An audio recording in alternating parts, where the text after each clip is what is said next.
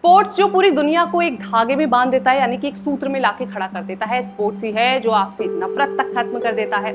केवल एक atom bomb ही साबित नहीं करता कि आप कितने ताकतवर हो, बल्कि एक देश ने कितने मेडल जीते ये भी साबित करता है ताकतवर बनने के लिए। ओलंपिक ही होता है जो सरकारी नौकरियों में पूछा जाता है, जो अब लोग कर रहे हैं कि क्यों आईपीएल और क्रिकेट देखते हो।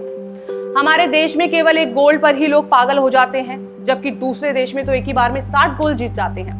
और पागल हो भी क्यों ना, कैसे वो एक गरीब का बच्चा वहां तक पहुंचा है ये वही जानता है और कोई नहीं जानता।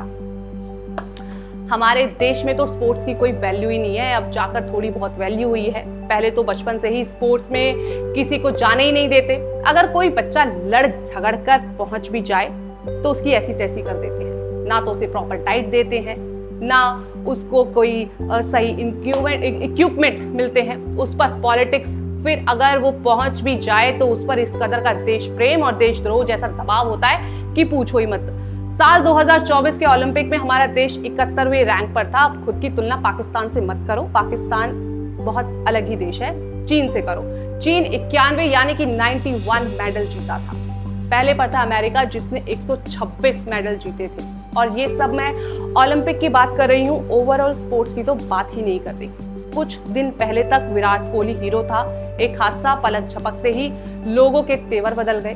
चिन्नास्वामी स्टेडियम में हुई भगदड़ का सारा दोष लश्करी मीडिया ने कोहली पर आरोप लगा दिया, जबकि असल में सवाल था जिन्होंने इवेंट ऑर्गेनाइज की थी, जो अपने कैसे सोचा होगा कि इतने कम टाइम में इतनी बड़ी गैदरिंग आप कर सकते हैं। ये सवाल प्रशासन पे बनता था, ना कि विराट कोहली पर। स्टेडियम में केवल 30,000 लोगों की गैदरिंग की जा सकती थी, पहुंच गए 30 लाख लोग। अब फेक न्यूज के सहारे अपने देश के लोग भी कम नहीं है, किसी भी इवेंट को सही से करना आता ही नहीं है। मुख्यमंत्री सिद्धरमैया को बहुत कुछ सोच समझ के इवेंट ऑर्गेनाइज करना था। उन्होंने बहुत कम टाइम में बहुत बड़ा इवेंट ऑर्गेनाइज कर दिया बिना किसी प्रोटेक्शन के। पॉलिटिक्स कितनी गंदी होती है ये देखो। भोले बाबा के सत्संग में 2024 में 121 लोग मारे गए और कोई कुछ नहीं बोलता है, नेता से लेकर मीडिया तक चुप बैठा रहता है।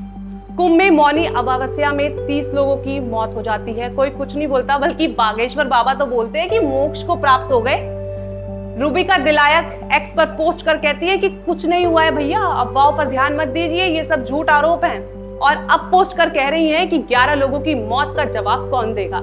ये पॉलिटिक्स है, केवल आम जनता मरती है, उससे ज्यादा कुछ नहीं होता। विराट कोहली की तो कोई गलती नहीं थी। अगर आप वापस से किंग कोहली के खिलाफ कोई वीडियो देखें और अगर आप सच में स्पोर्ट्स प्रेमी हो, क्रिकेट फैंडम आपके दिल में बसता है, तो विराट कोहली के खिलाफ कोई वीडियो मत देखिए, उसे स्किप करिए।